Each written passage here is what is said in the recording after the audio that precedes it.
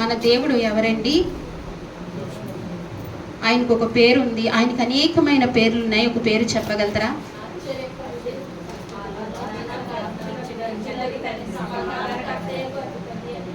మొదటిగానే చెప్పేశారు. ఆయన ఏం పేరేంటండి? ఆశ్చర్యకరుడు. మొదటిగానే మన అంశం పేరునే మీరు మొదటిగానే ఉచ్చరించినందుకు దేవుడు మిమ్మల్ని అందరినీ దీవించి ఆశీర్వదించును గాక.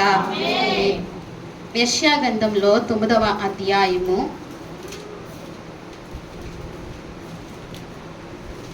9వ అధ్యాయము అమ్మా 9వ అధ్యాయము 8వ వచనం చదువుతారా?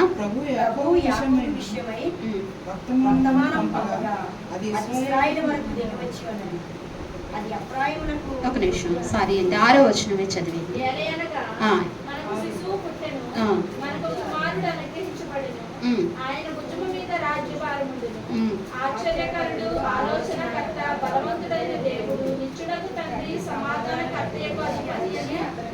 చాలండి, చాలు. పరిశుద్ధుడానికి వందనాలు, స్తోత్రాలు. చదవబడిన వాక్యాన్ని తండ్రి విరిచి మాకు కొట్టించండి ప్రభా. అయ్యా, ఈ వాక్యం ద్వారా మీరు మాతో మాట్లాడండి ప్రభా. అయ్యా, ఇదిగో మరి బుద్ధిహీనులము ప్రభా. అయ్యా, ఏమీ తెలియని దాన్ని ప్రభా. అయ్యా, ఇదిగో మరి సమస్త జ్ఞానముని ఎందుకు గుప్తమై ఉన్నవి ప్రభా. మీరేనైనా ప్రభా మాతో మాట్లాడి మమ్మల్ని బలపరచమని మీ సన్నిధిలో ప్రార్థిస్తున్నాను. ఈ సిలువ చాటును సంపూర్ణంగా మరుగుపరచుకోండి. కావలసిన ఆత్మని మీరు అనుగ్రహించండి తండ్రి. మీ సన్నిధి ప్రసన్నత మాతో ఉంచమని, నీ కృప దయచేయమని యేసుక్రీస్తు నామములో అడిగి వేడుకుంటున్నాము తండ్రి. ఇక్కడ దేవునికి ఒక పేరండి, ఆశ్చర్యకరుడు అనే ఒక పేరు. ఏం పేరేంటండి? ఆయన ఆశ్చర్యకరుడు. ఆయన పేరేంటి? ఆశ్చర్య. ఆయనకు చాలా పేర్లు ఉన్నాయి. అయితే ఈ యొక్క పేరును మనం ఈ దినాన్ని జ్ఞాపకం చేసుకుందాం. ఆయన ఆశ్చర్యకరుడు. యెషయా భక్తుడు అంటున్నాడు, ఏలయనగా మనకు శిశువు పుట్టెను, మనకు కుమారుడు అనుగ్రహింపబడింది. ఈ మాట ఎక్కువగా మనం ఎప్పుడు వింటామండి? డిసెంబర్, నవంబర్, జనవరిలో ఈ మాటలు వింటూ ఉంటాం కదా. ఈ మాటను తరచుగా ప్రతి చోట మన చెవును పడుతూ ఉంటాయి. అన్ని సంఘాల్లో కూడా జ్ఞాపకం చేసుకుంటూ ఉంటారు. అయితే ఇక్కడ మనం చూస్తున్నది ఏంటంటే ఆయన ఆశ్చర్యకరుడు. యేసు ప్రభు ఎవరంటండి? ఏ విషయంలో ఆయన ఆశ్చర్యకరుడు, ఎక్కడ ఆయన ఆశ్చర్యకరుడని చెప్పబడింది, ఆయన ఆశ్చర్యకరుడని వివరింపబడిందంటే లూకా రాసిన సువార్తలో ఒక విషయంలో మనం గమనిద్దాం. లూకా సువార్త 2వ అధ్యాయము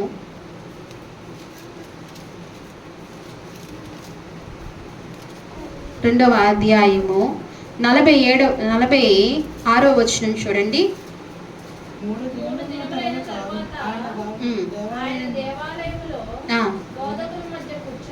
బోధకుల మధ్య కూర్చుండి వారు మాటలను ఆలకించుచు వారిని ప్రశ్నలు అడుగుచూ ఉండగా చూచిరి. ఆయన మాటలు వినిన వారందరూ ఆయన ప్రజ్ఞలకు విస్మయం పొందితిరి. ఆయన తల్లిదండ్రులు ఆయన చూచి మిక్కిలి ఆశ్చర్యపడిరి. ఆయన తల్లి, కుమారుడా, మమ్మల్ని ఎందుకు ఇలాగ చేస్తుదివి? ఇదిగో నీ తండ్రియు నేనును దుఃఖపడుచు నిన్ను వెతుకుచుంటమని ఆయనతో చెప్పగా. చాలండి. ఇక్కడ దేవాలయంలో వీళ్ళు యెరూషలేముకు వచ్చి తల్లిదండ్రులతో వచ్చారండి. ఎవరు? యేసయ్య వచ్చారు. ఆయనకి ఎన్నేళ్ళు ఉంటాయండి అప్పుడు? 12 సంవత్సరాలు. అంటే చిన్నవాడు, తెలిసి తెలియని వయస్సు సమయం అన్నమాట. తల్లిదండ్రులు కూడా వచ్చారు. వచ్చినప్పుడు అదంతా ప్రాంతం అంతా తిరిగారు. యేసుప్రభు వారు వీళ్ళతోనే ఉన్నారేమో అని అనుకుంటున్నారు. మరియమ్మేమో యేసేపు దగ్గర ఉన్నారేమో, యేసేపు మరియమ్మ దగ్గర ఉన్నారేమో అని అనుకుంటూ ఎదరికి వెళ్ళిపోయారు. వాళ్ళు వెళ్ళిపోయిన తర్వాత ఈయన ఎక్కడ ఉండిపోయారండి? దేవాలయంలో ఉండి అక్కడ చెప్తున్న బోధలు వింటుంటూ, ఆ తర్వాత చివరికి ఏం జరిగిందంటే ఆయన వారిని ప్రశ్నిస్తున్నారంటండి. వారిని ఏం చేస్తున్నారంటండి? ఆయన ప్రశ్నలు అడుగుతున్నారంట. అనేక ప్రశ్నలు అడుగుతూ వస్తున్నారంట. వస్తూ ఉంటే ఇక్కడ అదిగే అంటున్నారు కదా, 3వ దినములైన తర్వాత. ఎందుకని తల్లిదండ్రులు విడిచిపెట్టి ఎన్ని దినాలు అయిందండి? 3 దినాలకు కూడా వాళ్ళు ఏం చేయలేదండి? చూసుకోలేదండి. ఏం చేయలేదు? చూసుకోలేదు. 3 దినాలు అయిపోయింది, అయినా సరే ఏం చేయలేదు, చూడలేదు. అంటే అక్కడ షాపులు చూసుకోవడం, లేకపోతే అక్కడ తీర్థం చూసుకోవడం, అదే వాళ్ళు మొక్కుకున్న మొక్కులు తీర్చుకోవడం, ఈ పనిలో వాళ్ళు ఉండిపోయారేమో. మరియమ్మ యోసేపు యేసు ప్రభువుని పట్టించుకోకుండా ఉన్నారు. అయితే ఈయనైతే ఎక్కడైతే క్షేమంగా దేవాలయంలో ఉండి ఏం చేస్తున్నారంటే 3 దినాల తర్వాత చూసుకున్న తర్వాత అప్పుడు వారు వచ్చి ఏమంటున్నారంటే 3 దినములు అయిన తర్వాత ఆయన దేవాలయంలో బోధకుల మధ్య కూర్చుండి. ఎక్కడ కూర్చున్నారండి? బోధకుల మధ్య కూర్చుని. దేవాలయంలో బోధించేవారు ఆనాటి బోధకులకి ధర్మశాస్త్రము అంతా కూడా వారికి తెలుసండి.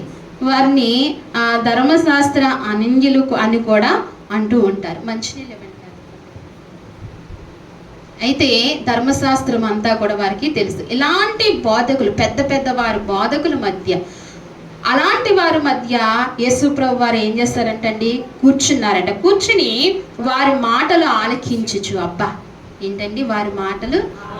ఈనాడు మన పిల్లలు అలా చేస్తున్నారు, మన పిల్లలు అలా చేస్తున్నారు. ఆయన ఎప్పుడుండి 12వ సంవత్సరంలో ఎక్కడున్నారంటండి?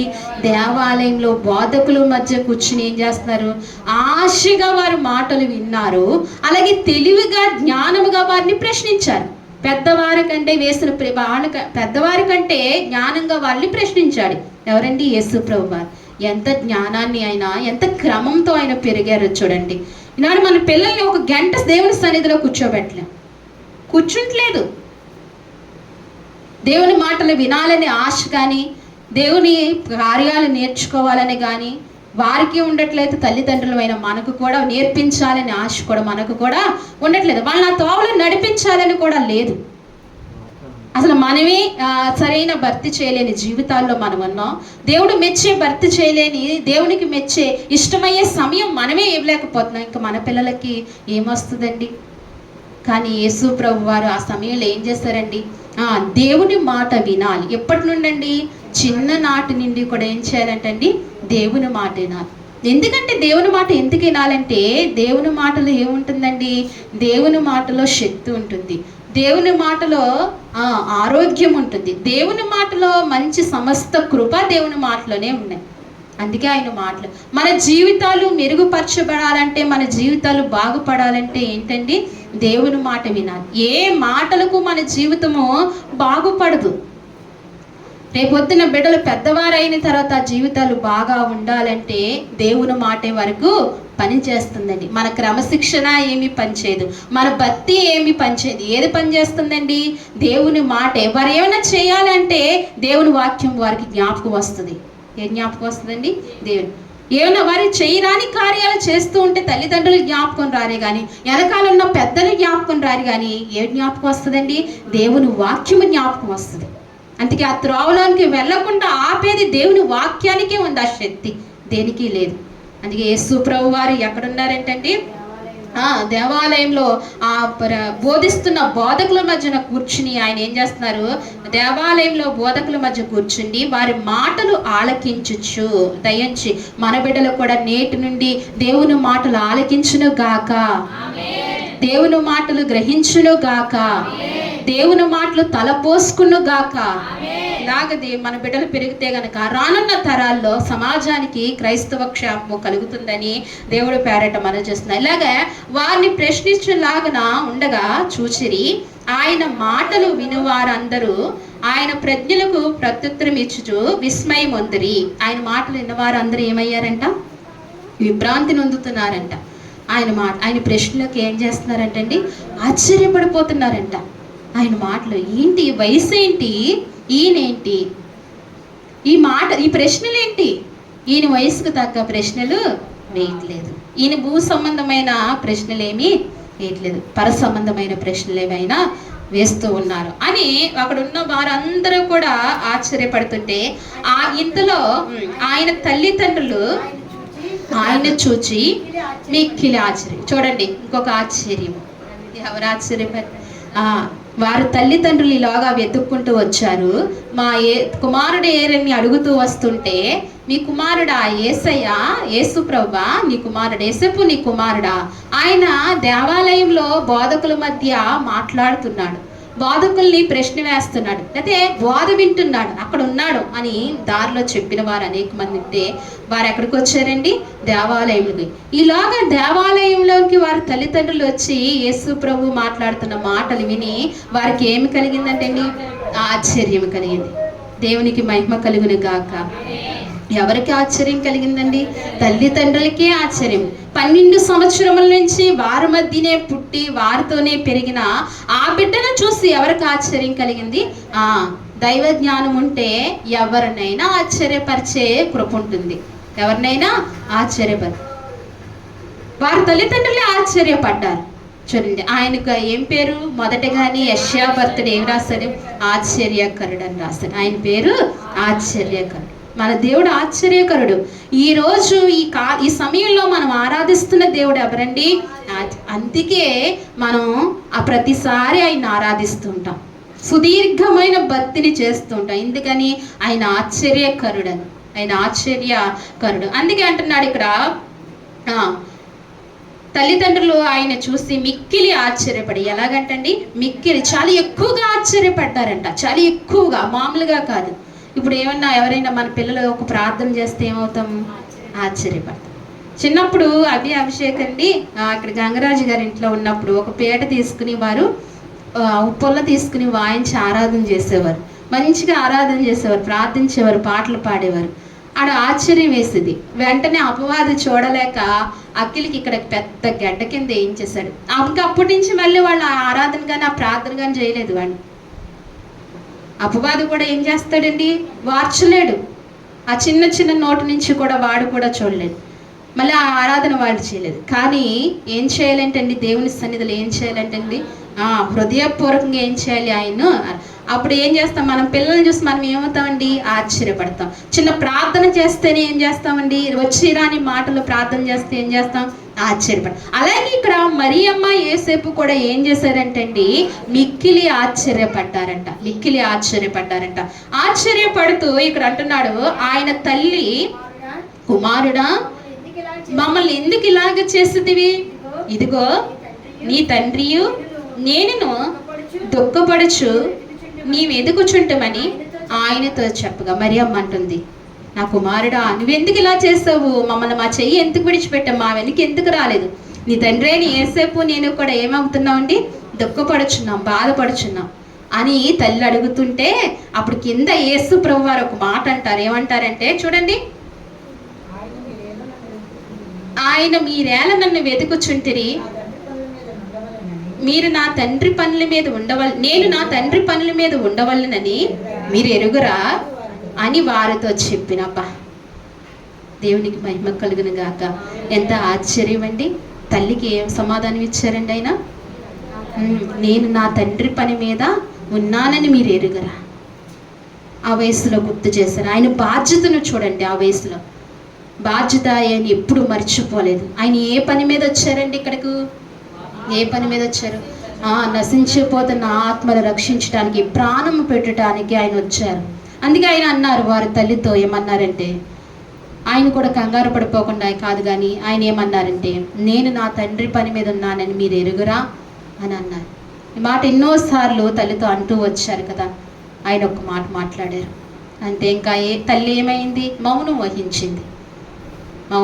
వహించింది. తిరిగి మరలా కొట్టలేదు. కానీ ఏంటి మమ్మల్ని మనమైతే ఏం చేస్తాం? ఒక గంట, ఒక నిమిషం మన పిల్లలు తప్పిపోతే ఏం చేస్తామండి? కొట్టేస్తాం వాళ్ళని. తప్పిపోయిన కారణంగా ఉన్న వ్యక్తుల్ని కూడా నానా మాటలు అనేస్తాం కదండి. ఇంకా ఆమె తల్లి మరియమ్మ మరొక మాట మాట్లాడకుండా ఆమె ఉందండి. అలాగనే ఈ కుమారుడి విషయంలో తల్లిదండ్రులు ఆశ్చర్యపడ్డారు, అక్కడున్న బోధకులు ఆశ్చర్యపడ్డారు. ఆయన ప్రజ్ఞకు ఏమయ్యారంటండి? ఆయన ప్రజ్ఞకు ఏమయ్యారు? ఆశ్చర్యపడారు. ప్రజ్ఞ అంటే ప్రశ్నలకు ఏమయ్యారండి? ఆశ్చర్యపడుతూ వచ్చారు, ఆశ్చర్యపడ్డారు. అలాగే మత్తయి రాసిన సువార్తలో, మత్తయి సువార్త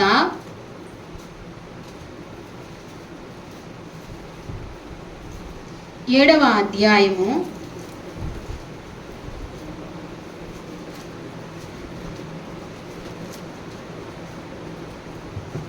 28వ వచనం చూడండి.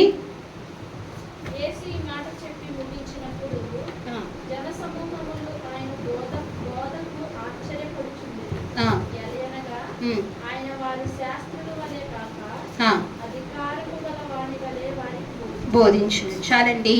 ఇక్కడ యేసు ఈ మాటలు చెప్పి ముగించినప్పుడు జనసమూహం ఆయన బోధకు ఆశ్చర్యపడిరి. దేనికి ఆశ్చర్యపడుతున్నారండి? ఆయన బోధకు ఆశ్చర్యపడుతున్నారు. ఆయన ఆశ్చర్యకరుడు కదా, అందుకే ఆయన బోధకు ఆశ్చర్యం. ఎవరు ఆశ్చర్యపడ్డారంట? ఎవరు ఆశ్చర్యపడ్డారు? బోధకులు అంటండి. ఎవరంటండి? బోధకులు ఆశ్చర్యపడ్డారంట. యేసు ఈ మాటలు చెప్పి ముగించినప్పుడు జనసమూహములు ఆయన బోధకు ఆశ్చర్యపడ్డారు. ఎవరండి? జనసమూహము. జనసమూహము ఆశ్చర్యపడింది. దేవాలయంలో బోధకులు ఆశ్చర్యపడ్డారు. దేవాలయం దగ్గర ఉన్న తల్లిదండ్రులు ఆశ్చర్యపడ్డారు. అందరూ కూడా ఆశ్చర్యపడ్డారు. ఎవరు బోధకండి? యేసు ప్రభువు. ఆయన బోధ చక్కగా ఉండేది. ఆయన ఏమి అడావుడి చేసేవారు కాదండి. ఆయన బోధ ఎలా ఉండేది? ప్రశాంతంగా ఉండేది ఆయన బోధ. ఆయన దగ్గరకు వచ్చిన వాళ్ళు అందరూ నెమ్మది పొందుకున్నారు. ఆయన దగ్గరకు వచ్చినారు శాంతిని పొందుకొని అనేకమైన రోగాలు స్వస్థత కలిగించుకుని వెళ్ళేవారు. అలాంటి ప్రశాంతకరమైన బోధ. ఏ హడావుడి ఉండేది కాదు ఆయన బోధ దగ్గర. ఏముండేదండి? ఏ హడావుడి ఉండేది కాదు. ఎందుకండి హడావుడులు? హడావుడి ఏమీ ఉండేది కాదు. ప్రశాంతంగా బోధించేవారు ఆయన. ఏ విషయంలో బోధించేవారు? పరలోక రాజ్య సంబంధమైన రాజ్య వ్యాప్తి కొరకు ఆయన బోధించేవారు. అనేకమైన ఉపమాన రీతిగా ఆయన బోధించేవారు. చక్కటి బోధ ఆయన బోధ. ఆ మాటలు ఇహలోకమైన మాటలు కాదండి. ఆయన బోధించే బోధలు ఇహలోకమైన మాటలు కాదు. అవి అందుకునే శక్తి కూడా ఉండాలి. ఏముండాలంటండి? అందుకునే శక్తి కూడా. అలా బోధించారు. అందుకే ఆయన బోధకు ఆశ్చర్యపడి ఏలయనగా ఆయన వారు శాస్త్ర వలె కాక అధికారం గల వారి వలె వారికి బోధించాను. ఎలా బోధించలేదంటండి? ఆయన శాస్త్రుల వలె బోధించలేదు. శాస్త్రులు ఎలా బోధిస్తారండి? ఆనాటి శాస్త్రులు గర్వంతో బోధించేవారు. ఎలాగంటండి? చాలా గర్వం వాళ్ళకి. ఎవరికి? శాస్త్రులకి. అన్నీ మాకే తెలుసు అన్నట్టు బోధించేవారు. వారికి చాలా గర్వంతో బోధించేవారు. ప్రభుకి ఇష్టం లేనిది ఏంటండి? గర్వం. మనకి ఎంత తెలిసినా ప్రభు సన్నిధి ఏమవుతామండి? ఏమవుతాము? అసలు ఆయన ముందు మనం ఏమీ తెలియని వారిని. ఇంకా మనకు కొంచెము కూడా ప్రారంభం కూడా అవ్వలేదు క్రీస్తు యేసు ప్రభు గురించి తెలియటానికి. కొంచెము కూడా ప్రారంభం కాలేదు మనకు, ఏమీ తెలియని వారు. అయితే ఆనాడు శాస్త్రులుగా బోధన కాకుండా ఆయన ఎలా బోధించారంటండి? ఒక అధికారము కలిగిన దేవుడిగా. ఎలాగంటండి? ఒక అధికారము కలిగిన వ్యక్తిగా బోధించేవారు. దేనికి అధికారం అండి? ఆయన రాజ్య వ్యాప్తి కొరకు ఆయనకు అధికారం ఉంది. సర్వ సృష్టికి ఆయనకి ఏముందండి? అధికారం ఉంది. ఆయన సృష్టికర్త. ఆయన దేవాతి దేవుని కుమారుడు. ఆయనకి అధికారం ఉంది. ఆయన బోధకు ఏం పడ్డారంటండి? ఆశ్చర్య. ఆయనకి ఏం పేరండి? ఆశ్చర్యకరు. అందుకే యెషయా భక్తుడు ముందుగానే ఏం చేస్తాడండి? ఆశ్చర్యకరుడు అని పేరు పెట్టి ఆయనకి ఇలాగా ఇంకా ఆయన బోధకు ఆశ్చర్యపడ్డారు. అలాగనే 22వ మత్తయి సువార్త 22వ అధ్యాయము 33వ వచనం కూడా చూడండి. ఆయన సజీవులకే దేవుడు కాని మృతులకు దేవుడు కాడని వారితో చెప్పెను. జనులు అది విని ఆయన బోధకు ఆశ్చర్యపడింది. ఆయన సద్దుకాయల నోరు మూయించెనని పరిసయ్యులు విని కూడి వచ్చిరి. చాలండి. ఇక్కడ కూడా ఎవరు ఆశ్చర్యపడ్డారంటండి? సద్దుకైలు, జనులు, తర్వాత ధర్మశాస్త్రోపదేశకులు. ఎవరంటండి? ధర్మశాస్త్రోపదేశకులు. ధర్మశాస్త్రంలో అన్నీ తెలిసిన వారు. ఆ బలులు కూడా ఎలా అర్పించాలో, ఎలా చేయాలి, ఎప్పుడు ఏమి చేయాలో అన్నీ తెలిసిన ధర్మశాస్త్ర ఉపదేశకులు, సద్దుకైలు, వీళ్ళందరూ కూడా ఆయన బోధకు ఏమయ్యారంటండి? ఆశ్చర్యపడ్డారండి. ఆశ్చర్యపడ్డారు. ఆ రీతిగా ఆయన ఏం చేస్తారంటండి? బోధించేవారంటండి. ఆయన బోధకు ఆశ్చర్యపడుతూ వచ్చారు. అలాగే మార్కు సువార్తలో కూడా ఉంటుంది చూడండి. మార్కు సువార్త 1వ అధ్యాయం 22వ వచనము.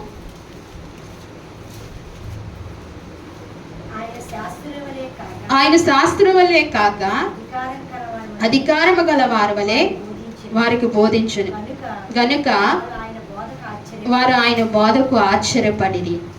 ఆ సమయమున వారి సమాజ మందిరంలో అపవిత్రాత్మ పట్టు మనుషుడు ఒకడుండెను. వారు నజరేయుడగు యేసు, మాతో నీకేమి, మమ్మల్ని నశింప చేయుటకు వచ్చితివా? నీవెవడవో నాకు తెలియను, నీవు దేవుని పరిశుద్ధుడు అని కేక వేస్తాను. ఎవరు చెప్తున్నారండి సాక్ష్యము? యేసు ప్రభు వారి గురించి ఎవరు చెప్తున్నారండి? ఒక దెయ్యం, దురాత్మ చెప్తుంది. ఏమని? నువ్వు దేవుని కుమారుడివి, పరిశుద్ధుడివి, నీకు నాతో నీకేమి పని అంటే, యేసు ప్రభు వారు ఉండటం వల్ల ఆ దురాత్మ ఏమవుతుందండి? ఉండలేకపోతుంది. తనకి ఏం కలుగుతుంది? మంట కలుగుతుంది, భయం కలుగుతుంది, ఉండలేకపోతుంది. యేసు ప్రభు వారు ఆ బోధ వినటం వల్ల ఆ దురాత్మ పట్టిన వ్యక్తి అక్కడ నిలబడలేకపోతున్నాడు. చూడండి, అప్పుడు యేసు ప్రభు వారు ఆ దురాత్మని ఏం చేశాడంటండి? గద్దించాడు. యేసు ప్రభు వారు ఆ దురాత్మని గద్దించాడు. ఆయన బోధ చేస్తూ కూడా ఇలా దురాత్మలు కూడా ఏం చేసేవారంటండి? ఆయన గద్దిస్తూ ఆయన అనేక మంది వ్యాధిగ్రస్తుల్ని స్వస్థపరుస్తూ వచ్చారు. ఇలా చూస్తే అనేక వచనంలో చాలా ఉన్నాయండి. అలాగే లోకా రాసిన సువార్తలో 4వ అధ్యాయము 32వ వచనంలో కూడా ఇదే మాట ఉంటుంది. చూడండి,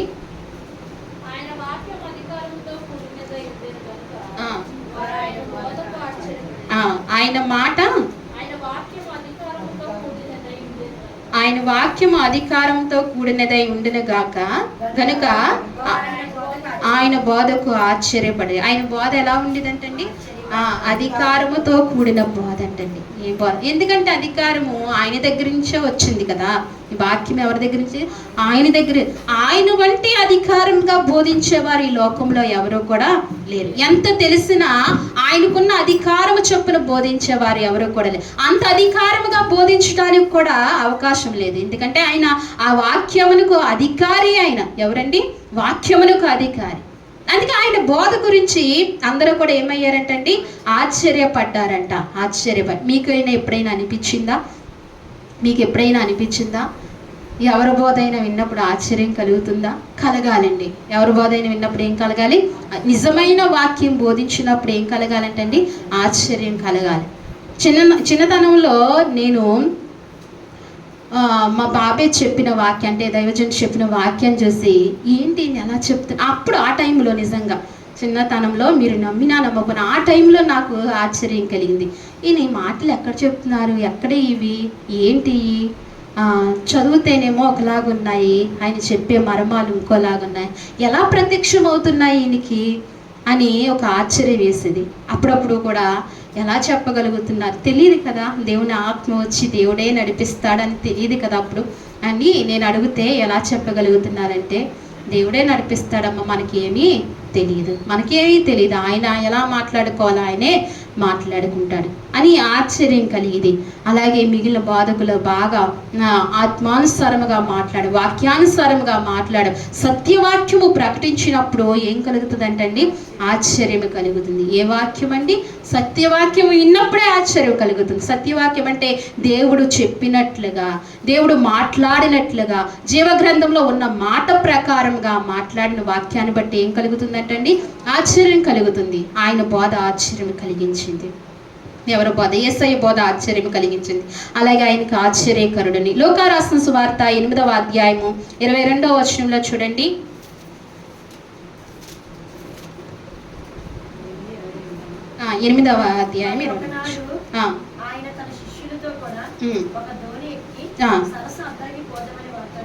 సరస్సు అద్దరికి పోదుమని వారితో చెప్పగా వారు ఆ దోణిని తోసి బయలుదేరి వారు వెళ్ళుచుండగా ఆయన నిద్రించును. అంతలో గాలి వాన సరస్సు మీదకి వచ్చి దోణి నీళ్లతో నిండినందున వారు అపాయకరమైన స్థితిలో ఉండిరి.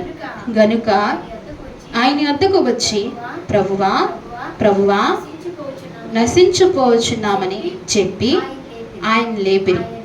ఆయన లేచి గాలిని నీటి పొంగును గద్దింపగానే అవి అణిగి నిమ్మలమాయెను.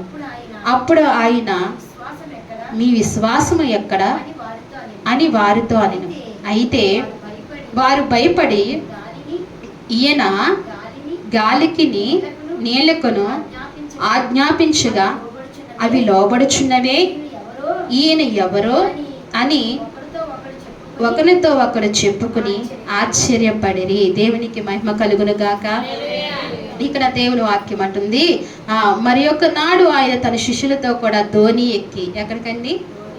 శిష్యులతో కూడా ధోని ఎక్కి సరస్సునున్న అద్దరికి వెళ్ళడానికి. ఆనాడు ఏముండేవి కాదు, ప్రయాణాలకి బస్సులు ఉండేవి కాదు, రైళ్ళు ఉండేవి కాదు, స్కూటర్లు ఉండేవి కాదు, ఏమీ ఉండేవి కాదు. ఏముండేవండి? పడవలు ఉండేవి, ధోని ఉండేది. ఆయన ధోని ఎక్కి ఎవరితో పాటు అండి? తన శిష్యులతో పాటు ధోని ఎక్కి ఇక్కడ బోధ చేసి అర్ధరాత్రి వేళ ఆయన మరొక ప్రదేశానికి వెళ్ళాలంటే వెళ్ళేవారు అన్నమాట. అయితే వాళ్ళ ధోని ఎక్కి వారు కూర్చుండగా ఈయన పగలంతా కూడా బోధ చేసి ఏమైపోయేవారు? అలసిపోయేవారు కదండి. బోధ చేస్తే ఏమవుతుంది? అలసిపోతుంది. వాక్యం ఊరికే చెప్పడమే కదా అనుకుంటాం కదా, వాక్యము ఊరికే చెప్పడమే కదా నిలబడి అని అనుకుంటున్నామా? అది ఎంత కష్టమైన పనో తెలుసా అండి? అది ఎంత కష్టమైన పనో. ఎన్నో బరువులు మోస్తే భారంగా ఉంటుందో అంతకంటే రెట్టింపు భారం అంటండి వాక్యము చెప్పటం. యేసు ప్రభు వారు బోధించి పగలంతా దేవుని రాజ్యము కొరకు, దేవుని రాజ్య వ్యాప్తి కొరకు ఆయన బోధించి అనేకమైన ప్రజలను తండ్రి అయిన దేవుని వైపుకు త్రిప్పుతూ వచ్చి ఆయన ఆశ్చర్య కార్యాలు చేస్తూ వచ్చేవారు. ఆయన అలసిపోయారు. ఆయన ఎలా ఉన్నారండి? ఆయన శరీరధారుడిగా ఉన్నాడు కదండి. ఎలా ఉన్నారు? శరీరధారుడిగా ఉన్నాడు. ఆయన దేవుడు కదండి, ఆయన అలసిపోతాడా అని ప్రశ్న ఎప్పుడైనా మనలో కలిగిందా అండి? ఆయన మహిమను అంతని ఏం చేశాడండి? విడిచిపెట్టుకుని వచ్చాడు. ఆయనకి ఏముంటాయి? ఆకలి ఉంటుంది, దప్పిగుంటుంది, అలాగనే శరీర బలహీనత కూడా ఉంటుంది.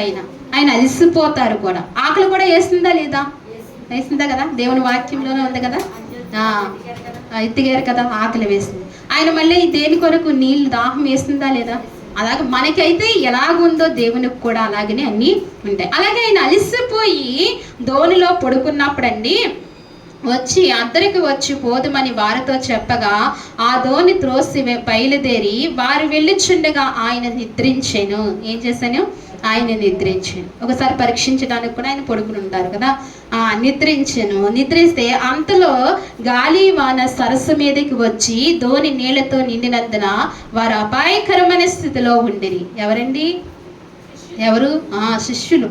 ఆయనతో ఉన్న శిష్యులు ఎలా ఉన్నారంట? అపాయకరమైన స్థితిలో ఉన్నారు. కానీ ఒక్క మాట జ్ఞాపకం చేసుకుందాం. ప్రభువైన యేసుక్రీస్తు మన హృదయం అనే ధోనిలో ఉండగా మనకి ఎన్ని అలజడులు వచ్చినా, ఎన్ని కష్ట నష్టాలు వచ్చినా, ఎన్ని తుఫాన్లు వచ్చినా భయపడవలసిన అవసరము మనకు లేదు. ఒకవేళ మనకు భయం అనిపించునా మనం భయపడకూడదు. ఎందుకని? ఆ ధోనిలో ఎవరున్నారు? ఉన్నారా లేదా? ఉన్నారని మనకు తెలుస్తుందా లేదా? వ్యక్తిగతంగా ఎవరు మనస్సాక్షికి వాళ్ళకి తెలుస్తుంది. దేవుడు ఎక్కడుంటాడండి? దేవుడు ఎక్కడుంటాడు? ఆయన ఎవరు? హృదయంలోనే ఉంటారు. ఆయన ఎవరు? ఆయన పరిశుద్ధుడు. ఎవరండి? ఆయన పరిశుద్ధుడు. ఆయన పరిశుద్ధుడు కాబట్టి పరిశుద్ధమైన స్థలంలోనే ఉంటానని ఆయన కోరుకుంటున్నాడు కదా. పరిశుద్ధమైన స్థలంలో ఉంటానని కోరుకుంటున్నాడు. ఇప్పుడు స్థలము బాగోలేని చోట మనల్ని వెళ్ళి కూర్చోమంటే కూర్చుంటామా? మనమే కూర్చో. మరి ఆయన మన హృదయంలోనికి ఎలా వచ్చి కూర్చుంటారు? అంటే ఆయన వచ్చి కూర్చోవాలంటే మన హృదయం ఎలా ఉండాలండి? మన హృదయం ఎలా ఉండాలి? పరిశుద్ధం. ఆయన ఉంటే మనకు తుఫాన్లు వచ్చినా, గాలి వచ్చినా, ఏమొచ్చినా ఏమవుదండి? ఏమీ అవదు. చివరికి వీళ్ళకి ఏమన్నా అయ్యిందా? చూడండి, నీళ్ళతో నిండి ఉన్న దాన్ని నేలతో నిండిన వారు అపాయకరమైన స్థితిలో ఉండిరు కనుక ఆయన యొద్దకు వచ్చి ప్రభువా నశించిపోతున్నామని చెప్పి ఆయన్ను లేపిరి. ఆయన ఏం చెప్తున్నారండి? నశించిపోతున్నాం ప్రభా. లేకవా అపాయకరమైన పరిస్థితిలో మనం ఉన్నాం. మన ధోని అంతా నీళ్ళతో నిండిపోయింది, గాలి చేత కొట్టబడుతుంది, ఎటు వెళుతుందో తెలియట్లేదు ఈ ధోని. అపాయకరమైన పరిస్థితులు మనం ఒకవేళ మునిగిపోతామేమో ప్రవ్వా అని అంటూ ఆయన లేపుతుంటే ఆ గాలిని నీటి పొంగును గద్దెంపగా అవి అణిగి నిమ్మలమాయను. ఏం చేశాడంటే అండి, గాలిని నీళ్లు ఆయన ఏం చేశాడు? గద్దించాడు. మన మాట వింటాయా? గాలి మన మాట వింటుందా? ఆడవాళ్ళు ఆయన అనుభవం ఉంటుంది కదా, ఆడవాళ్ళు తుడుస్తూ ఉంటారు కదా. వాకిలి కానీ వాకిటి కానీ తుడుస్తున్నప్పుడు ఏం చేస్తుంది? గాలి వేస్తే ఏం చేస్తుంది? ఆ ఆకులు ఆ దుమ్ము ఏమవుతుందండి? మళ్ళీ వెనక్కే వస్తుంది. అప్పుడు మీరు పరీక్షించుకుంటారా? మీ విశ్వాస జీవితాన్ని పరీక్షించుకోవాలి కదా. గాలి మళ్ళీ ఏమవుతుందండి? వెనక్కే ఎన్నిసార్లు 4-5 సార్లు తుడిచినా మళ్ళీ వెనక్కి. ఆ ఆకులు కానీ మనకన్నా ముందుగా వెళ్తుండే మళ్ళీ వెనక్కి వచ్చి తుడవాలి కదండి. అంది ఏది మన మాట విన. ఎండిపోయిన ఆకు కూడా మన మాట వినదు. ఎండిపోయిన ఆకు కూడా మన మాట వినదండి. మనం ఎవరిమి? శక్తిహీనులమి. మనం ఎవరిమి? మంటి వారమి. కానీ అదే జీవము గల దేవుడు మనలో ఉంటే గనక దేవుడు మాట సృష్టి వింటుంది. దేవుని బిడలమైన మన మాట కూడా ఏమవుతుందంటండి? సృష్టి వింటుందండి. అందుకే మనం విశ్వాసాన్ని కూడా పరీక్షించుకోవాలి. అలాగే ఇక్కడ ఏమైందంటే నిమ్మలమైన అప్పుడు ఆయన మీ విశ్వాసం ఎక్కడ అని వారితో అని. అప్పటికే ఎన్ని కార్యాలు చూస్తారండి వారు? ఎన్నో మన జీవితంలో కూడా అంతే కదా. మన జీవితంలో కూడా కార్యాలు జరిగిపోయినవి ఏమవుతున్నామండి? మర్చిపోతున్నాం, గుర్తుండదు. ఎన్నో కార్యాలు, ఆశ్చర్య కార్యాలు మన జీవితంలో కూడా ప్రభు చేస్తున్నాడు. ఏమవుతుందండి? దినదినానికి మన విశ్వాసం ఏమవుతుందండి? సన్నగిల్లిపోతుంది, మరిచిపోతున్నాం. ఆయా ఆధారభూతుడు ఆశ్చర్యకరుడు మన పక్షాన్ని ఉన్నాడని మర్చిపోయి కష్టకాలంలో ఏమవుతున్నామండి? ఈ శిష్యుల వల్లే కంగారు పడిపోతున్నాం. ఏం పడుతున్నామండి? కంగారు పడిపోతున్నాం. భయభీతి ఎక్కువ, ప్రతిదానికి భయము. భయం అనేది ఏం కాదు, భయపడకూడదు. ఏం పడకూడదు అంటండి? భయపడకుండా మనం ఉండాలి. అందుకే ఇక్కడ అంటున్నాడు, వారు ఎన్నో ఆశ్చర్యకార్యాలు అప్పటికే చూశారు. అయితే అప్పుడు మీ విశ్వాసం ఎక్కడని వారితో అని.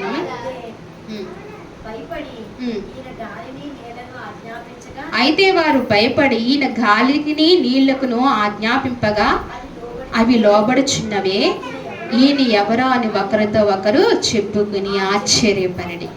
ఏం పడ్డారంటండి? ఆశ్చర్యపడి. ఒకరితో ఒకరు చెప్పుకుని ఏం పడ్డారు? ఆశ్చర్యం. ఈయన మాటకు గాలి వింది, నీరు వింది. ఈయన ఎవరో? ఎవరైనా సృష్టికర్త. ఎవరండి? సృష్టికర్త కుమారుడు ఈయన. ఎవరో ఏంటి? ఆయన అంత సృష్టికర్త. ఆశ్చర్యపడ్డారు. ఎవరికండి? ఆయన గద్దింపుకు ఆశ్చర్యపడ్డారు. దేనికంటండి? ఆయన గద్దింపుకు. దేన్ని గద్దించారు? ఆ గాలిని, సృష్టిని గద్దించే అధికారము ఆయనకుంది. ఏముందండి? సృష్టిని గద్దించే అధికారము ఆయనకుంది. ఆయన గద్దింపుకు కూడా ఏమయ్యారంటండి? ఆశ్చర్యపడ్డారంట. అలాగే మత్తయి సువార్త ఇంకొక 2 వచనాలు చూసి మనం ముందుకు వెళ్దామండి, ముగించుకుందామండి. మత్తయి సువార్త 27వ వచనము.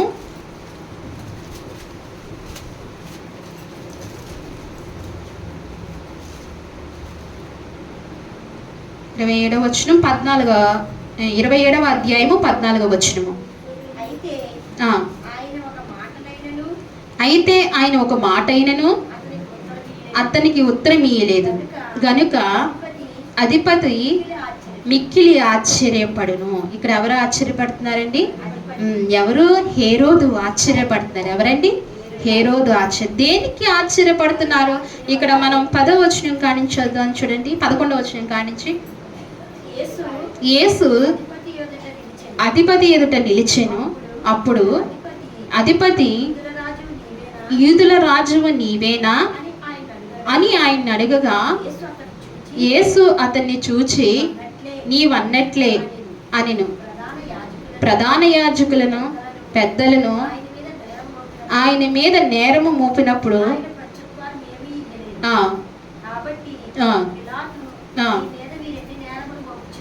కాబట్టి పిలాతు నీ మీద ఎన్ని నేరములు మోపుచున్నారో నువ్వు వినలేదా అని ఆయన అడిగాను. అయితే ఆయన ఒక మాట అయినను అతనికి ఉత్తరం ఇయ్యలేదు గనక అధిపతి మిక్కిలి ఆశ్చర్యపడి. తీర్పుకి వచ్చారు యేసు ప్రభు వారు. హేరోదు దగ్గరికి తీసుకొచ్చారు. అయితే జనులందరూ ఏమంటున్నారంటే ఈయన ఏమేమంటున్నారు? ఈయన సిలువ వేయమని జనులందరూ గుంపు కూడి ఏకాగ్రీవుగా మాట్లాడుతున్నారు. ఈయన అసలు వదలకండి అంటారు. కానీ హేరోదుకి ఏమనిపించలేదు. హేరోదు పొంతు పిలాతు ఇక్కడ హేరోదు దగ్గరికి వచ్చాడు కదండి. ఇక్కడికి హేరోదు దగ్గరికి వచ్చి పిలాతు దగ్గరకు వచ్చాడు. అయితే వాళ్ళకి ఏమనిపించలేదు, ఇతనికి మరణానికి అప్పచెప్పే అంత పని చేయలేదు కదా. ఎవరండి? యేసు ప్రభు వారు ఏమీ అన్యాయం చేయలేదు కదా. సిలువ మరణం వేసే అంత పని ఏమీ చేయలేదు. వారికి ఏమీ అనిపించలేదు. అయితే జనులంతా ఏం చేస్తున్నారు? ఈయన ఏం చేయమంటున్నారు? సిలువకు అప్పచెప్పాలి. ఈయన ఏం చేయమంటున్నారు? సిలువకు అప్పచెప్పాలి. ఈయన బదులు బర్బాను విడిచిపెట్టండి, మాకు ఈయన వద్దు, కానీ ఆ దొంగ అయిన నరహంతకుడైనా అతన్ని విడిచిపెట్టండి, మాకు యేసు ప్రభు వారు వద్దు. ఇతను ఏంటంటే రాజ్యం కొరకు మాట్లాడుతున్నాడు. అది ఏ రాజ్యం కొరకు మాట్లాడుతున్నారో వీరికి తెలియకుండానే ఈయన ఏం చేస్తున్నారు? శిక్షకు అర్హుడు చేస్తున్నారు. అయితే ఇంత వాదోపదాలు జరుగుతుండగా ఈయన ఏం చేయలేదంటండి, ఈయన తప్పు ఏమీ లేదు, అయినా ఈయన ఏమీ చేయలేదు, ఏ మాత్రము మాట్లాడలేదు. ఈయన ఎలా ఉన్నారంటండి? మౌనంగా ఉన్నారంట. ఆయన మౌనానికి అక్కడున్న అధిపతులు ఏమయ్యారంటండి? ఆశ్చర్యపడ్డారంట ఆయన మౌనానికి. చూడండి, ఆయన బోధకు ఆశ్చర్యపడే, ఆయన గద్దింపుకు ఆశ్చర్యపడే, ఆయన ప్రశ్నలకు ఆశ్చర్యపడే, ఆయన మౌనానికి కూడా ఆశ్చర్యపడే. ఎందుకు? ఆయన ఏమి చేసినా ఆశ్చర్యపడవలసింది. అటువంటి ఆశ్చర్యకరుడు ఎవరండి? మన దేవుడు. అటువంటి ఆశ్చర్యకరుడు మనకు దేవుడు, గొప్ప దేవుడు, మనం ఆరాధించే దేవుడు నిజంగా ఆశ్చర్యకరుడు. అందుకే ఎంత ప్రయాస అయినా, ఎంత కష్టమైనా ఏం చేయాలంటే ఆయన్ను ఆరాధించాలి. నీ జీవితంలో ఎంత బాగోకపోయినా, నీకు ఆ ప్రతికూల పరిస్థితులు ఉన్నా సరే, ఎంత దూరమైన ఏం చేయాలండి? ఆ ఆరాధకుని ఆరాధించాలి. ఎందుకంటే ఆయన ఆశ్చర్యకరుడు. ఆశ్చర్యకరుడిని హృదయపూర్వకంగా ఆరాధిస్తే గనక మన జీవితాల్లో గొప్ప కార్యాలు చేస్తాడు. మన జీవితాన్ని ఆయన చక్కదిద్దుతాడు. చక్కదిద్దు ఏం చేస్తాడండి? నిత్యరాజ్యంలోనికి ఏం చేస్తాడండి? మనల్ని నడిపిస్తాడు. ఆయన అందుకే వచ్చారు, నిత్యరాజ్యంలోనికి చేర్పించాలని ఆయన వచ్చారు. నిత్యరాజ్యంలోనికే మనల్ని ఏం చేస్తాడు? చేర్పిస్తాడు. ఆయన మౌనమే ఆశ్చర్యం కదండి. అబ్బా, ఆయన నోరిప్పిన ఆశ్చర్యమే, ఆయన మౌనంగా ఉన్న ఆశ్చర్యం. ఒక విషయం గమని, ఆయన నడిచిన ఆశ్చర్యం, ఆయన నేడే ఆశ్చర్యం అండి. ఏంటంటే ఆయన నేడే ఆశ్చర్యం. అందుకే యెషయాభక్తుడు ప్రభు అయిన యేసుక్రీస్తు పుట్టక మునిపే కొంచెమించు 1000 సంవత్సరాలు ముందు, క్రీస్తుకు పూర్వం 1000 సంవత్సరాల ముందుటే ప్రవచనం పలికాడు. ఏమని? ఆయన ఆశ్చర్యకరుడు, మరియ గర్భంలో పుట్టిన దేవుడు ఆశ్చర్యకరుడు. ఆయన అలాంటి ఆశ్చర్యకరుని మనం ఆరాధిస్తున్నప్పుడు హృదయపూర్వకంగా ఆరాధించాలి. అన్నీ మరిచిపోయి ఆరాధించాలి.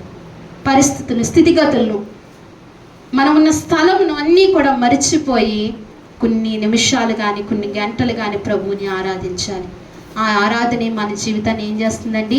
మారుస్తుంది. మన జీవితానికి చక్కటి నెమ్మదైన పరిస్థితులు కల్పిస్తుంది. నువ్వు ఆరాధించకపోతే కనుక ఆ వారం అంతా ఏముండదండి? నెమ్మది ఉండదు. ఆ వారం నెమ్మది ఉండదు. ప్రభు మహాకృపను బట్టి ఇంతవరకు ఆ పరిస్థితి నా జీవితంలో ఆయన తీసుకురాలేదు. బాల్యం నుండి ఆదివారం ఆయన సన్నిధిలో ఉండే కృపనిచ్చారు. ఆయనకి ఎంతైనా మహిమా ఘనత చెల్లునుగాక.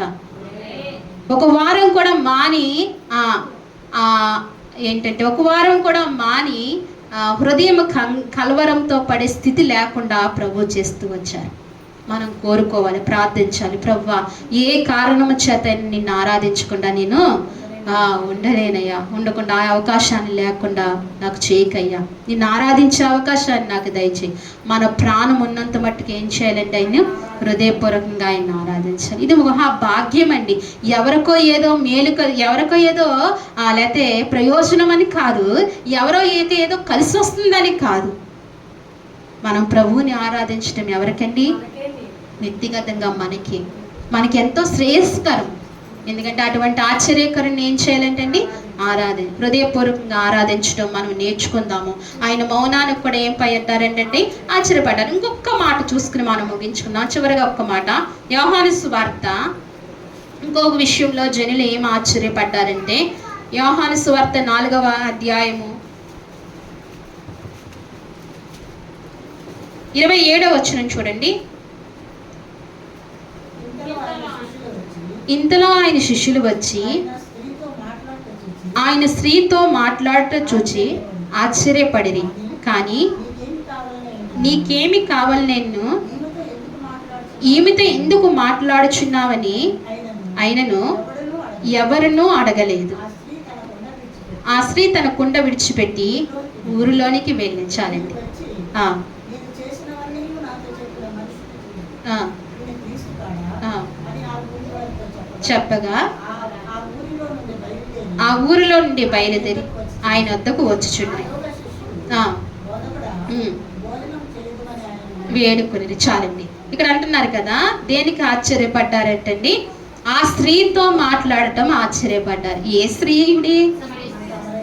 సమరయ స్త్రీతో. సమరయ స్త్రీతో ఏం చేశారంటండి? ప్రభువు మాట్లాడారు. ఎవరు ఆశ్చర్యపడ్డారు? ఆయన శిష్యులు ఆశ్చర్యపడ్డారు. ఎవరండి? ఏంటి సమరయ స్త్రీతో ఈయనకి పని ఏంటి అని మళ్ళీ ఆశ్చర్యపడ్డారు, కానీ తిరిగి ఆయన్ని అడిగారండి? ఆయన్ని అడగలేదంట.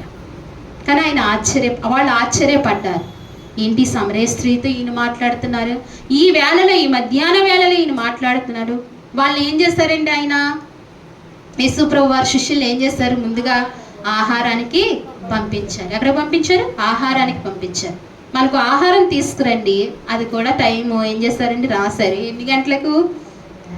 12 గంటలకు కదా. ఎన్ని గంటలకు? 12 గంటలు. మనం భోజనం ఎప్పుడు చేయాలి? 12, 12:30, 1 గంటలోపు చేయాలంట, ఈ వాక్యాన్ని బట్టి కదా. అప్పుడు చేస్తే మంచిది మన ఆరోగ్యానికి. ఒక్కొక్కరు ఎన్నింటి చేస్తారండి? 3, 4 చేసేవాళ్ళు అన్నారు. అందుకే మన ఆరోగ్యాలు ఇలా పోతున్నాయి. ఊరికే కాదు, ఈ వాక్యాన్ని బట్టి ఎన్నింటి చేయాలంటండి? 12, 1 గంట లోపు భోజనం చేయాలి కదా. అలాగే భోజనంతో పాటు కూడా అలాగనే దేవుని వాక్యం ఎప్పుడు చదవాలి? ఎప్పుడు చదవాలండి దేవుని వాక్యము? ఇక్కడ యవన బిడ్డలు ఉన్నారు, ఎప్పుడు చదువుతున్నారు దేవుని వాక్యాన్ని? చెప్పాలి. దేవుని వాక్యాన్ని ఎప్పుడు చదువుతున్నారు? ఎప్పుడు చదవాలండి దేవుని వాక్యం? మధ్యాహ్నం చదవాలి. దేవుని వాక్యం పెందరకాడ లేవంగానే మొదటగా దేవుని వాక్యాన్ని పొద్దుటే అవసరం తెల్లవారుజామున దేవుని వాక్యం చదవాలంట. మన్నాను కురిపించేవాడు కదా యేసు ప్రభు. ఇశ్రాయేలు ఎప్పుడు వెళ్ళి ఏరుకునేవారు మన్నా? తెల్లవారుజాము సూర్యుడు రాకముందు వెళ్ళి ఆ మంచుగడ్డలు ఏరుకుని వచ్చేవారు. లేట్ అయితే ఏమయ్యేవయ్యి? కరిగిపోయాయి. అలాగేనంటే మన ఆత్మీయ మన్నాన్ని ఎప్పుడు తినాలండి? ప్రొద్దుటే తినాలి. ఇవన్నీ క్రైస్తవ జీవితానికి ఒక క్రమం లేని జీవితం ఎవరిదండి? బయట వారిది. ఎవరిది? బయట వారిది. మనకేముండాలి? అన్నీ క్రమం ఉండాలి. ఏదైనా మనకు నేర్పించేది ఈ జీవగ్రంథమే. ఏదైనా నేర్పిస్తుంది జీవగ్రంథం. ప్రతిదీ కూడా ఇందులోనే ఉన్నాయి. మనం నేర్చుకోవాల్సిన క్రమశిక్షణ, బుద్ధి, జ్ఞానములు అన్నీ కూడా ఇందులోనే గుప్తమై ఉన్నాయి. పరిశుద్ధాత్మ దేవుడు ఇందులోనే అన్నీ లిఖితం చేసి ఉంచాడు, అన్నీ నేర్పిస్తున్నాడు. ఉదయకాలమే తెల్లారుజామున లేచి చదవటం ఎంతో మంచిది. ప్రభువుతో మనం మాట్లాడటం, ఆయన మనతో మాట్లాడటం, ఈ సంభాషణ జరగాలి ప్రభువుకి మనకి. అందుకే పెందరకాడే కూడా మనం ఏం చేయాలంటండి? లేగాలి. అయితే మన అంశం అది కాదు, కానీ ఇక్కడ యేసు ప్రభు వారు మరి ఆ సమరయ స్త్రీతో మాట్లాడటం ఎవరు ఆశ్చర్యపడ్డారంటండి? శిష్యులు ఆశ్చర్యం. ఈ సమరయ స్త్రీతో మాట్లాడటం ఏంటి అంటే, ఈమె ఎవరండి? సమాజానికి ఏంటింది? వెలివేయబడిన స్త్రీ, సమాజంలో గౌరవము లేని స్త్రీ, సమాజం ఎన్నుకోలేని స్త్రీ కదా.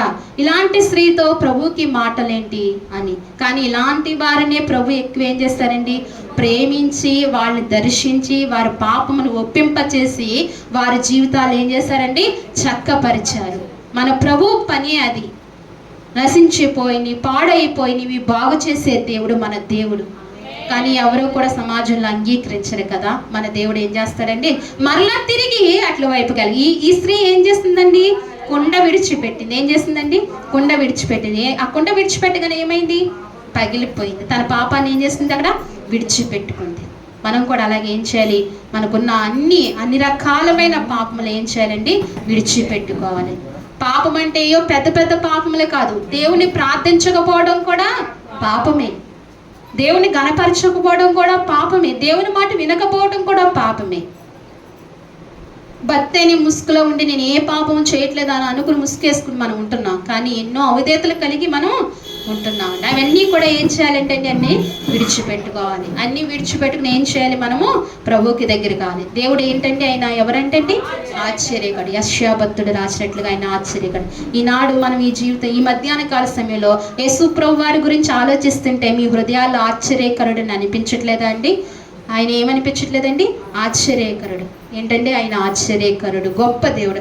ఆ ఆశ్చర్యకరుడిని మనం కలిగి ఉన్నాం కాబట్టి హృదయపూర్వకంగా ప్రతిసారి ఆయన ఆరాధించే వారంగా ఉందాం, ఆశ్చర్యంగా ఆయన ఆరాధించే వారంగా ఉందాం. దయించి మోకరించండి, కళ్ళు మూసుకోండి, మూలవాక్యాన్ని గుర్తుపెట్టుకోండి. యెషయా రాసిన గ్రంథంలో ఆయన యెషయా భక్తుడు అంటున్నాడు, ఆశ్చర్యకరుడు అంటున్నాడు.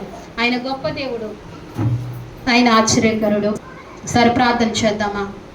ప్రభువా, నువ్వు ఆశ్చర్యకరుడు అయ్యా, నువ్వు నిజమే తండ్రి, నువ్వు గొప్ప దేవుడు అయ్యా, నువ్వు ఆశ్చర్యకరుడు తండ్రి. అవును నాయన తండ్రి, నీ బోధకు నైనా ఆశ్చర్యము కలుగుతుంది ప్రభువా. అయ్యా, నీ జ్ఞానానికి ఆశ్చర్యము కలుగుతుందయ్యా. అయ్యా, నీ ప్రజ్ఞకు ఆశ్చర్యము కలుగుతుందయ్యా. నువ్వు వేసే ప్రశ్నలకు ఆశ్చర్యము కలుగుతుందయ్యా. అయ్యా, నీ మౌనము ఆశ్చర్యము కలిగించిందయ్యా. అయ్యా తండ్రి, నీకు స్తోత్రాలయ్యా. అవును ప్రభువా, నువ్వు గొప్ప ఆశ్చర్యకరుడు. ఈనాడు అయ్యా నిన్ను కలిగిన మేము ప్రభువా తండ్రి గొప్పవారమై ఉన్నాము ప్రభువా. ఈ ఆశ్చర్యకరుణ్ణి కలిగి ఉన్నాము. మా జీవితంలో ఈ ఆశ్చర్యకరుణ్ణి స్వతంత్రించుకున్నామని గొప్ప కృప మాకు ఇచ్చావు తండ్రి. నేను నిన్ను హృదయపూర్వకంగా ఆరాధించడానికి సహాయం వచ్చే ప్రభువా. ఆనాడు సమరయ స్త్రీతో మాట్లాడుతున్నప్పుడు తండ్రి నీ శిష్యులు ఆశ్చర్యపోయారు ప్రభువా. అవును తండ్రి నాయన, నువ్వు నాలాంటి వారిని ప్రేమించే దేవుడు ప్రభువా. అయ్యా, పాపుల్ని విడిచిపెట్టే దేవుడు కాదయ్యా, మమ్మల్ని అందరినీ క్షమించే దేవుడు తండ్రి. నువ్వు గొప్ప ఆశ్చర్యకరుడు అయ్యా. నీ ఆశ్చర్యకర్తానికి నీకు వందనాలు, స్తోత్రాలు ప్రభువా అని ఒకసారి నోరు తెరిచి హృదయపూర్వకంగా ఆయనకు కృతజ్ఞతాస్తుతులు తెలుపుతామండి. విన్న వాక్యాన్ని బట్టి చిన్న ప్రార్థన చేసుకుందాం. మన మధ్య తల్లి ప్రార్థన చేస్తాం. ఉపవాస కూడుకుంటుంది మధ్యాహ్నం 11 గంటలకు ఉపవాస కూడిక శుక్రవారం. అలాగే మంగళవారం సాయంత్రం 7:30కు ప్రార్థన కూడుకుంటుంది. తప్పనిసరిగా ఈ కూడుకులు అందరూ పాలు పొంది దేవుని కృప పొందవలసిందిగా మనం చేస్తున్నాం. తిరిగి ఆదివారం ఆరాధన యథావిధిగా 11 గంటలకు ఆదివారం ఆరాధన జరుగుతుందండి. గమనించండి. అందరం మోకరిందాం, ప్రార్థన చేస్తున్నాం. చివరి ప్రార్థన. మన హృదయాలు ప్రభు వైపు మరొకసారి తిప్పుదాం. ఆయన పాదాల చింత మన హృదయాన్ని కుమ్మరిందాం. చివరి ప్రార్థనగా ఈ ఆదివారం చివరి ప్రార్థనగా చేసుకుని ముగించుకుందాం. మహాపరిశుద్ధమైన ప్రేమగల తండ్రి, మహాగణుడ, మహోన్నతుడా, మీ ఘనమైన ఉన్నతమైన పరిశుద్ధమైన నామానికి వందనాలు, స్తోత్రాలు ప్రభువా. గడిచిన నా ప్రభు పరిశుద్ధ దినం నుంచి ఈ నా ప్రభు పరిశుద్ధ దినం వరకు మీ సజీవమైన రెక్కల చాటున మీరు భద్రపరిచినందుకే మీకు వందనాలు, స్తోత్రాలు ప్రభువా. ఇంతవరకు పాటల ద్వారా నువ్వు మహిమ పొందుకున్నావు తండ్రి నాయన. అలాగనే తండ్రి ప్రార్థనల ద్వారా తల్లులు ప్రార్థించారు, తోడుగా ఉన్నావు తండ్రి. అయ్యా, ఇదిగో మరి స్తుతి ఆరాధనలో నీ సహాయపడుతూ వచ్చావు, సాక్ష్యంలో మీరు తోడుగా ఉన్నారు దేవా, నీకు వందనాలు. అలాగే నీ వాక్యం ద్వారా మీరు మాతో మాట్లాడుతూ వచ్చారు ప్రభువా. మీరు ఆశ్చర్యకరుడు ప్రభువా నాయనా. అవునయ్యా యేసయ్యా, మీరు గొప్ప ఆశ్చర్యకరుడు ప్రభువా. నీ ఆశ్చర్యకరాన్ని, నీ ఆశ్చర్యకర్తాన్ని అయా వివరించడానికి కానీ, దాన్ని తండ్రి నాయన మేము గొప్ప చేయటానికి కానీ మేము సరిపోయే వ్యక్తులము కాదు. అటువంటి గొప్ప ఆశ్చర్యకరుడువు ప్రభువా. ఆశ్చర్యకరుడు అనే మాట చాలా చిన్నది ప్రవ్వా. నువ్వు గొప్పవాడువయ్యా, నువ్వు చాలా శక్తివంతుడువు ప్రవ్వా. దేవా, ఈ భూలోకంలో నువ్వు శరీరధారి అయిన దినాలలో ఎన్నో ఆశ్చర్యపరిచే అయా పనులు మీరు చేస్తూ వచ్చారు ప్రవ్వా. అయ్యా, ఇదిగో మరి సొంత తల్లిదండ్రులే ప్రవ్వా. అయ్యా, దేవాలయంలో మీరు మాట్లాడే మాటలు విని ఆశ్చర్యపడ్డారయ్యా.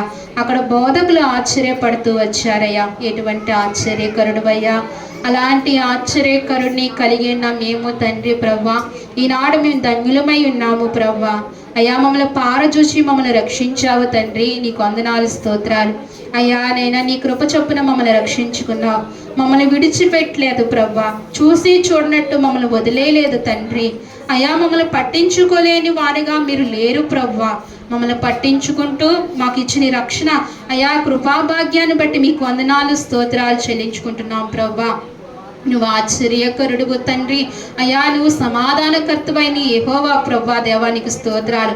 అలాగనే తండ్రి, నీ బోధకు వారు ఆశ్చర్యపడ్డారు ప్రవ్వా. అలాగనే నీ మౌనానికి ఆశ్చర్యపడ్డారు ప్రవ్వా. నయా నువ్వు పాపులతో మాట్లాడటం ఆశ్చర్యపడుతూ వచ్చారు ప్రవ్వా. ఎన్ని కార్యములు చేసిన ఆశ్చర్యమే.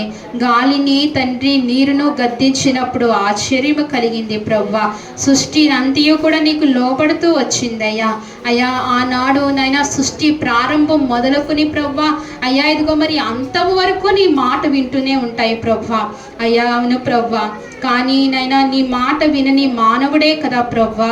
అయ్యా ఎప్పటికప్పుడు నీ మాటను పునీకరిస్తూ నీ మాటను ధిక్కరిస్తూ నడుస్తున్నాడు కదా ప్రవ్వా. అయినా మానవుడు పట్ల నీకెంత ప్రేమయ్యా, నీకెంత జాలి తండ్రి నాయన. ఆశ్చర్యకరుడా, నువ్వెంత జాలి చూపిస్తున్నా. నీకు దూరముగా పరిగెట్టినా నువ్వు నాయన ప్రవ్వా అయ్యా అద్దరికి చేర్చుకుంటున్నావు, నీ దగ్గరికి చేర్చుకుంటున్నావు తండ్రి.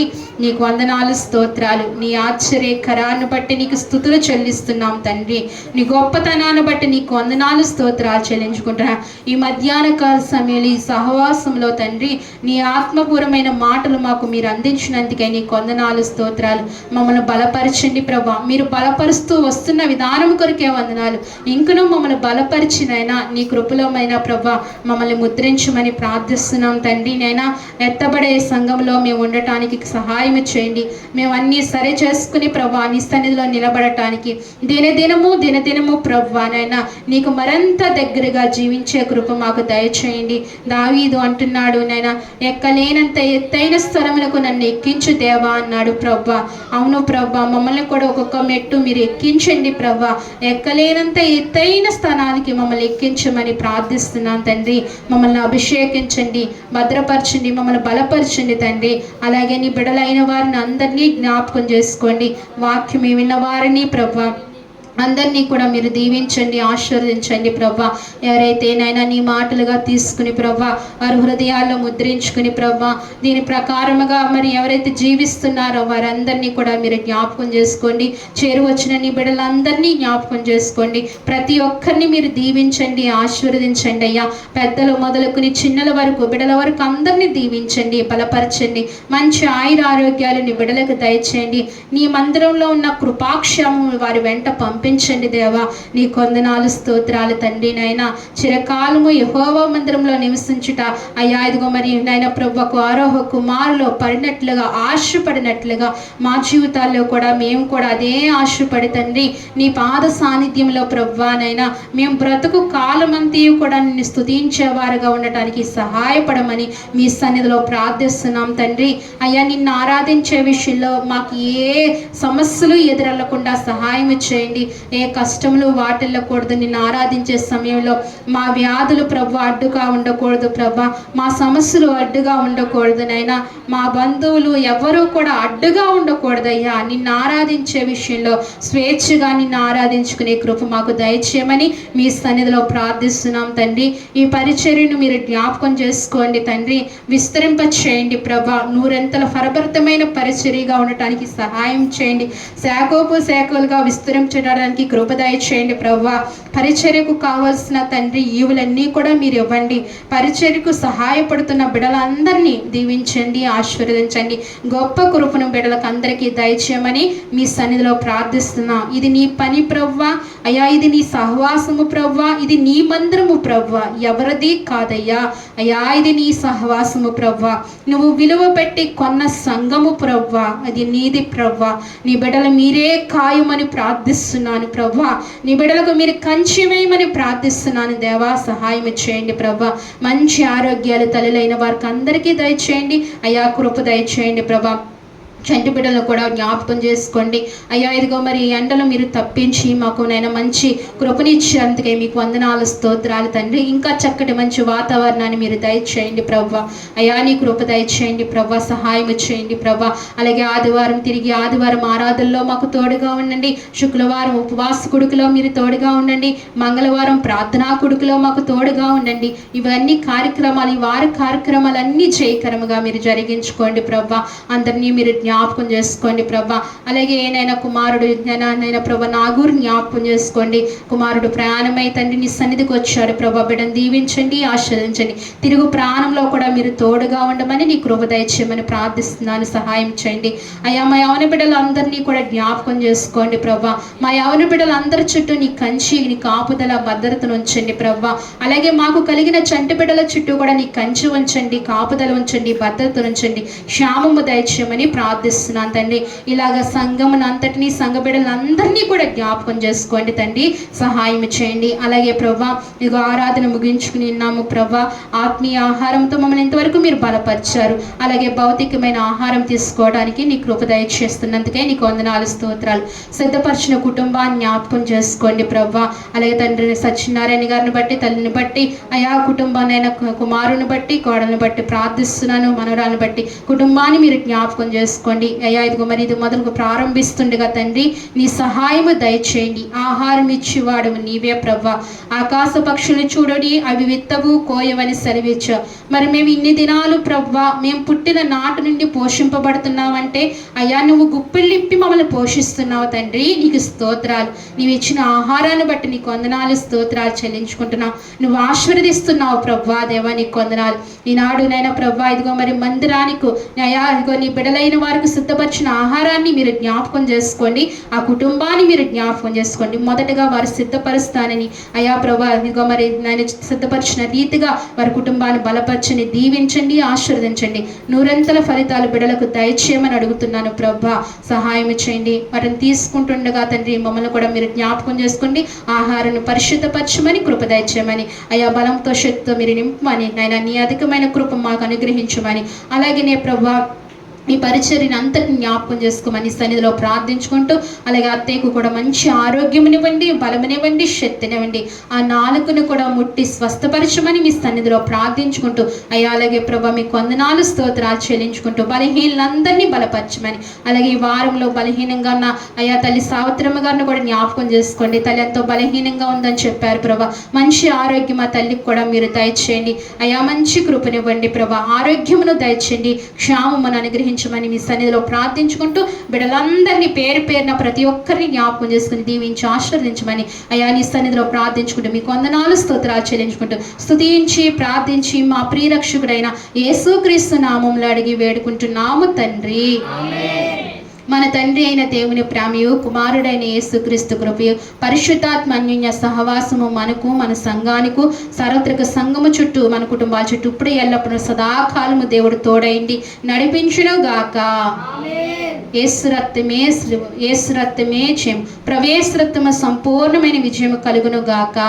ఆమేన్, ఆమేన్, ఆమేన్.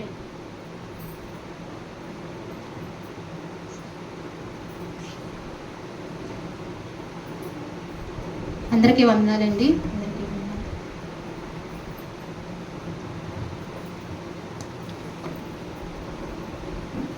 మీరందరూ కూడా వందనాలు చెప్పుకోండి. అందరూ కూడా